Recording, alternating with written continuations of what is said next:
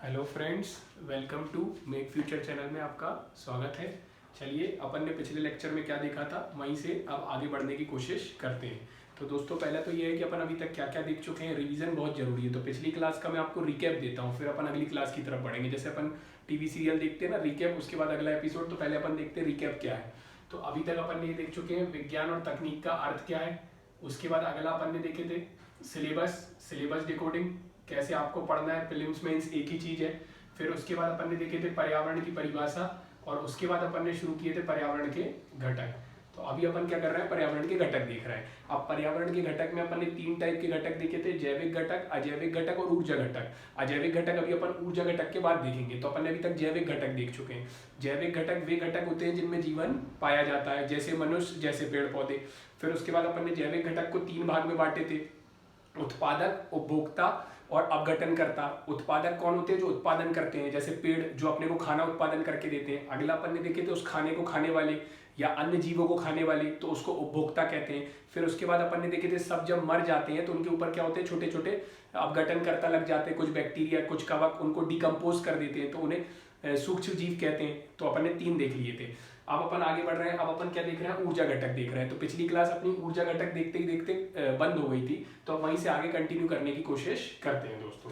तो चलिए, तो अपन अब क्या देख रहे हैं, ऊर्जा घटक देख रहे हैं। तो ऊर्जा घटक में आपको मालूम है कि 2 ऊर्जा घटक होते हैं, एक सौरिक ऊर्जा और एक होता है भूतापीय ऊर्जा। तो पहले अपन डिस्कस करेंगे सौरिक ऊर्जा के बारे में। आपको सिंपल पॉइंट टू पॉइंट रटे होने चाहिए। कभी आपको मेंस में लिखने आ गया 5 मार्कर में सौरिक ऊर्जा या ऊर्जा घटक के बारे में लिखे, तो आपको ये 5 पॉइंट याद होने चाहिए। अब मैं आपको देखिए बताता हूँ क्या होता है। तो सौरिक ऊर्जा, तो सूर्य से प्राप्त ऊर्जा को सौरिक ऊर्जा कहते हैं। जो सूर्य है, ये सूर्य अपने, इससे प्राप्त ऊर्जा को सौरिक ऊर्जा कहते हैं। ये मान लीजिए अर्थ है और ये सूर्य है, तो सूर्य से प्राप्त ऊर्जा को सौरिक ऊर्जा कहते हैं, पहला पॉइंट। दूसरा, अब मान लीजिए फॉर एग्जांपल ये सूरज और ये अर्थ है, तो यहां से जो ऊर्जा यहां तक आ रही है वो किस माध्यम से आ रही है, किस माध्यम से आ रही है, तो विद्युत चुंबकीय तरंग के रूप में, विद्युत चुंबकीय तरंग के रूप में पृथ्वी पर पहुंचती है। तो जो आपकी सूर्य से जो ऊर्जा पृथ्वी तक आती है वो किस माध्यम से आती है, किस तरीके से आती है, तो वो विद्युत चुंबकीय तरंग के रूप में पृथ्वी पर पहुंचती है। अब एक शब्द आया, आपको हमेशा ऐसे पढ़ना, हर चीज का क्यों पूछना है, हर चीज को जानना है। जैसे अब एक शब्द आया तरंग, तो तरंग का मतलब क्या होता है, तो तरंग ऊर्जा संचरण की विधि है। तरंग ऊर्जा संचरण की विधि है। जैसे क्या होता है, अब आप मान लीजिए सूरज से आपको ऊर्जा अर्थ पे तो मिल रही है, अपनी पृथ्वी पे तो आ रही है, प्लांट उससे फोटोसिंथेसिस तो कर रहे हैं, लेकिन कभी आपने पूछा कि ये ऊर्जा यहाँ तक कैसे आ रही है, कौन सी सड़क है यहाँ पे। जैसे आप दिल्ली से बंबई जाते हैं तो किस माध्यम से जाते हैं, सड़क से, प्लेन से या ट्रेन से। तो ऐसी ऊर्जा यहाँ से यहाँ किस माध्यम से आ रही है, तो वो विद्युत चुंबकीय तरंग के रूप में पृथ्वी पर पहुंचती है, मतलब इस तरीके से वो पृथ्वी पर पहुंचती है। अब इसमें एक शब्द आता तरंग, तो तरंग का मतलब क्या है, तो तरंग देख लीजिए ऊर्जा संचरण की विधि है। ऊर्जा यहाँ से यहाँ पहुंची तो ऊर्जा ने यहाँ से यहाँ संचरण किया, तो ऊर्जा संचरण की विधि क्या है, तरंग है। अब तरंग में विद्युत चुंबकीय तरंग क्या है, तो अब तरंग भी कई टाइप की होती है, तरंग भी कई टाइप की होती है। अब कई कई आधार पर बांटते, माध्यम के आधार पर, इस तरीके से। तो अपन पहले मान लीजिए माध्यम के आधार पर देखते हैं, तो वे तरंग जिनको गमन करने के लिए, संचरण करने के लिए माध्यम की आवश्यकता होती है, सड़क की, प्लेन की, हवा की, इन सब की। मतलब ये फॉर एग्जांपल बता रहा हूं, जैसे अपन चलते हैं तो अपन को दिल्ली से बंबई जाना, तो सड़क चाहिए ना, कोई माध्यम चाहिए। इसी तरीके से वो तरंग, एक तरंग है, उसको संचरण करने के लिए माध्यम की आवश्यकता होती है। जिसको माध्यम चाहिए, जिसको माध्यम की आवश्यकता होती है, उसे अपन कहते हैं यांत्रिक, यांत्रिक तरंग, यांत्रिक तरंग। जैसे ध्वनि, जैसे ध्वनि, ठीक है। और जिनको माध्यम की आवश्यकता नहीं होती है, जैसे यहाँ सूरज से अर्थ में आने के लिए इसको माध्यम की आवश्यकता नहीं होती है। ये अपन और विस्तार से फिजिक्स में पढ़ेंगे, ये फिजिक्स का टॉपिक है, लेकिन यहाँ ये शब्द आया तो मैं आपको समझाने की कोशिश कर रहा हूँ। तो जब पृथ्वी, यहाँ सूरज से ये ऊर्जा जो आई, ये इधर हवा में आ गई, मतलब हवा भी नहीं बोलेंगे अपन, तो बोलेंगे वैक्यूम। आप जानते हैं कि प्रकाश से जो ऊर्जा चलती है, गमन करती है, वो किस में करती है, वैक्यूम में करती है ना, निर्वात में करती है, 3 × 10⁻8 मीटर पर सेकेंड। तो उसी तरीके से जब सूरज से अर्थ में ऊर्जा पहुंची, तो किस रूप में पहुंची, ऊर्जा कभी भी पहुंचती है तो तरंग के रूप में पहुंचती है। तरंग क्या है, ऊर्जा संचरण की विधि है। अब तरंग में भी किस तरीके से सूरज से अर्थ में रोशनी आई, तो विद्युत चुंबकीय तरंग के रूप में आई। अब विद्युत चुंबकीय तरंग क्या होती है, तो आपको मालूम होगा कि जब विद्युत चलती है तो उसके परपेंडिकुलर चुंबकीय क्षेत्र बन जाता है, या जब चुंबकीय क्षेत्र होता है तो उसके परपेंडिकुलर विद्युत क्षेत्र बन जाता है। तो विद्युत चुंबकीय तरंग वही होती है जिसमें विद्युत के परपेंडिकुलर या तो चुंबकीय क्षेत्र या चुंबक के परपेंडिकुलर विद्युत क्षेत्र। तो ये इसकी क्वालिटी होती है, तो इसको अपन फिजिक्स में पढ़ेंगे। तो मैं आई होप कि आप विद्युत चुंबकीय तरंग समझ, आपको तरंग समझ आया होगा। इस सूरज से अर्थ तक ऊर्जा किस माध्यम से आई? तरंग। और कौन सी तरंग? विद्युत चुम्बकीय तरंग के रूप में आई है।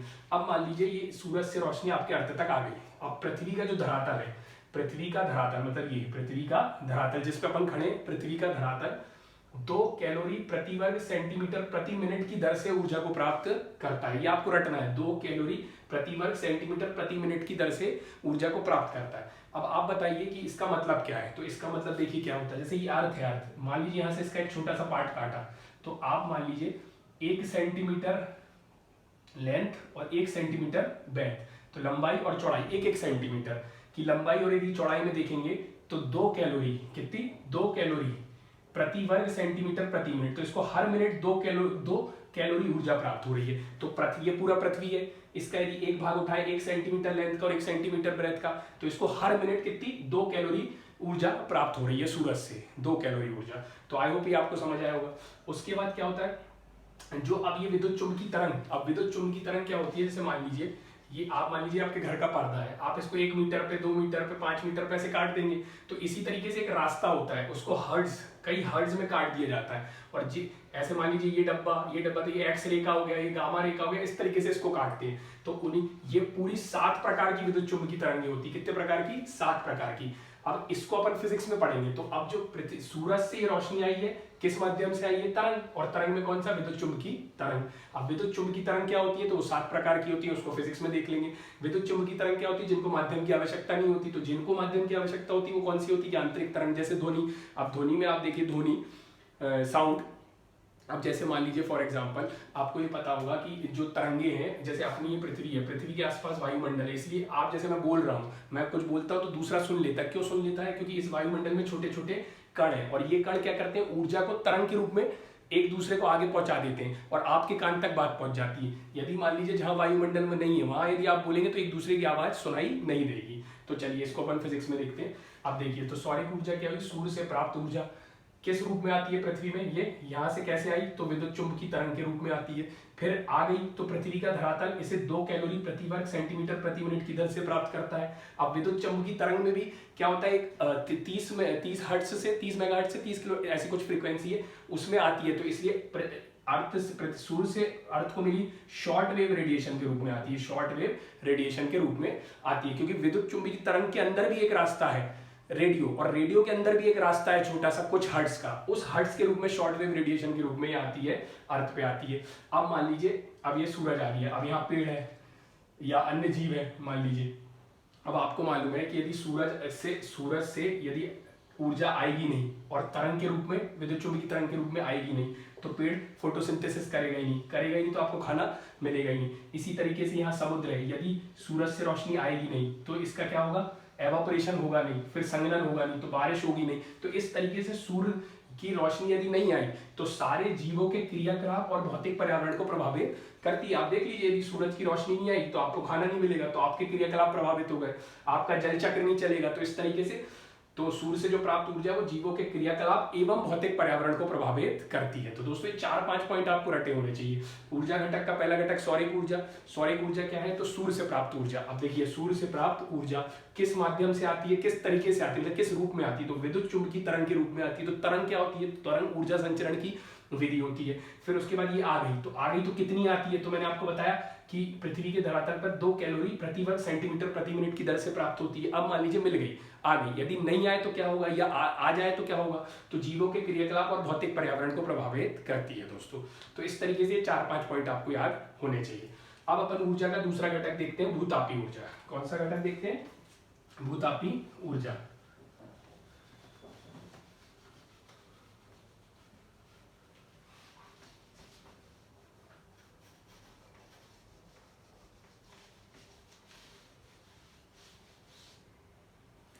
अब देखिए, भूतापी ऊर्जा क्या होती है। जैसे आपको मालूम है कि ये पृथ्वी है, ये क्या है? पृथ्वी। आपको मालूम है क्रस्ट है, ये मेंटल है और ये कोर है ना? भूपरपटी, क्रस्ट मतलब भूपरपटी, सॉरी उल्टा बन गया, क्रस्ट मतलब भूपरपटी, ये हो जाएगा भूपरपटी, मेंटल हो जाएगा, मेंटल को मेंटल ही कहते हैं, कोर को क्रोड कहते हैं। तो अब देखिए, आप इसको ऐसे ऐसे काट लीजिए, एक छोटा सा डायग्राम, ये ऐसे काट लिया, ये हो गया क्रस्ट, ये हो गया मेंटल और ये हो गया कोर, है ना, इसको भूपर्पटी भी कहते हैं। तो भूपर्पटी, मेंटल और कोर, क्रोड भी बोलते हैं।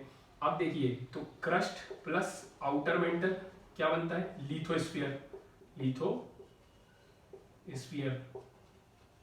और इसी को आप स्थल मंडल कहते हैं, स्थल मंडल। ठीक है दोस्तों, अब जैसे ही मैंने बताया डायग्राम है, ये पृथ्वी है, आपको पता है पृथ्वी है। अब आपको पता है यहाँ अपर मेंटल में कुछ रेडियो एक्टिव तत्व है, यहाँ पे नाभिकीय क्रिया होती रहती है, तो ये इसके कारण ये तरल है, कैसा है, तरल, इसी पे अपनी प्लेटें संचरण कर रही है। अब जो भूतापी ऊर्जा होती है वो पृथ्वी के अंदर से प्राप्त ऊर्जा होती है, पृथ्वी के अंदर से प्राप्त ऊर्जा होती है, क्योंकि पृथ्वी अपने अंदर एक धधकता गोला है, अंदर बहुत गर्मी है, तो उसके कारण क्या होता है, अंदर होती है एक चीज मैग्मा।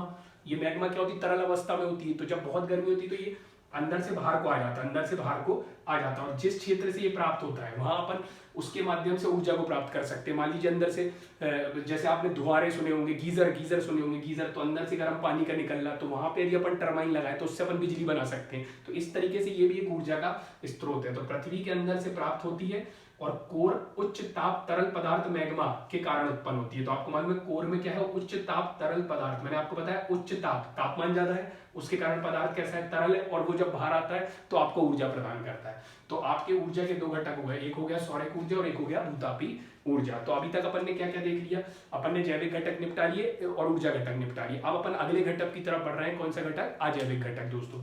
और मैंने हर क्लास के पहले आपको पिछली क्लास का रिवीजन करा लेता हूं, क्योंकि revision is the key to the success और syllabus is the key to the success. याद रखना, मल्टीपल रिवीजन करेंगे तो आपके पास होने की संभावना बढ़ जाएगी, एक किताब को बार बार पढ़िए। चलिए दोस्तों, तो अपन आगे बढ़ने की कोशिश करते हैं।